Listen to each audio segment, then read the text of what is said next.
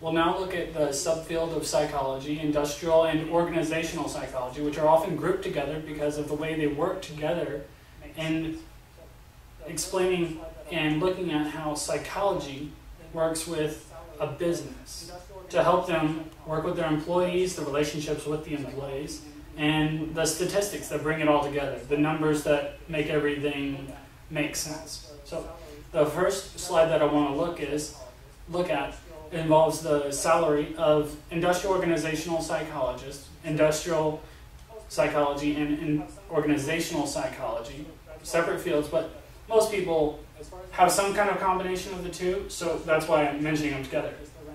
As far as the financials go, industrial organizational psychologists are ranked second, right below psychiatrists at 88,000. It's a very good number for anyone in the psychology field to be making that kind of number. What we can go to now is we'll look at the history of industrial and organizational psychology. It started off as just industrial psychology. This is largely because the humanist movement that started organizational psychology hadn't come around yet. So what you had was World War I, and you have tons of soldiers who all were at the time being treated very much as, okay, you have a grunt and you need a person there, so just send any grunt there. Well, with intelligence testing, which was coming out around the same time, you started to be able to say, this person has unique attributes, this person has unique abilities, and we'll be able to use that on the field to make a better decision about where they can go, what kind of role they should take in battle. And this was a revolution in the way that they were assigning people to positions. So the way this translates to current work is we look at people and we look at the job placement. We do all sorts of testing about what kind of career would be good for you. We do job analysis. And so we start to look at the organizational side, which is coming and being added into industrial psychology.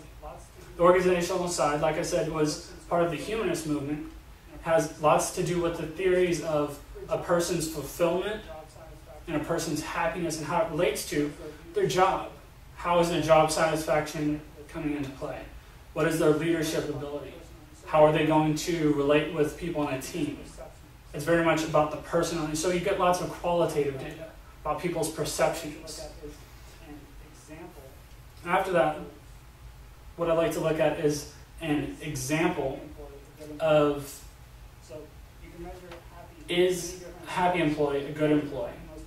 So you can measure happy on many different scales. The ones that they're finding most effective right now is to measure it on the trait scale. Is happiness just part of their personality inherently?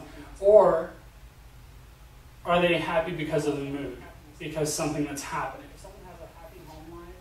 Because not all forms of happiness seem to be equal.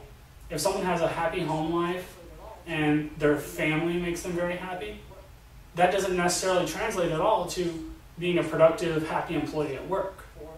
The kind of happiness that works and is correlated the best for an employer to look at is self-efficacy and the efficacy of them at work.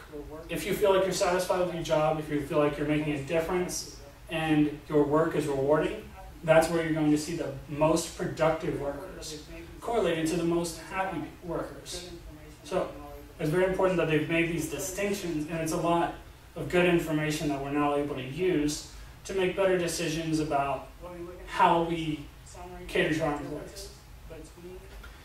What we look at now is a summary of the differences between the fields industrial psychology and organizational psychology. Industrial psychology, very focused on the numbers, very focused on statistics, very focused on, okay, let's just test these data, see what comes up here or there. And then you have organizational psychology, which relates very much to, okay, what do we have as far as people? Let's work with the relationships, team building, and see what theories and strategies are working the best as far as that's concerned. So don't be worried if they're still a little confusing between the two, because it's still very confusing for many psychology professors, grad students, and people in the field. Now, that wraps up our discussion of the subfields of psychology. Thank you.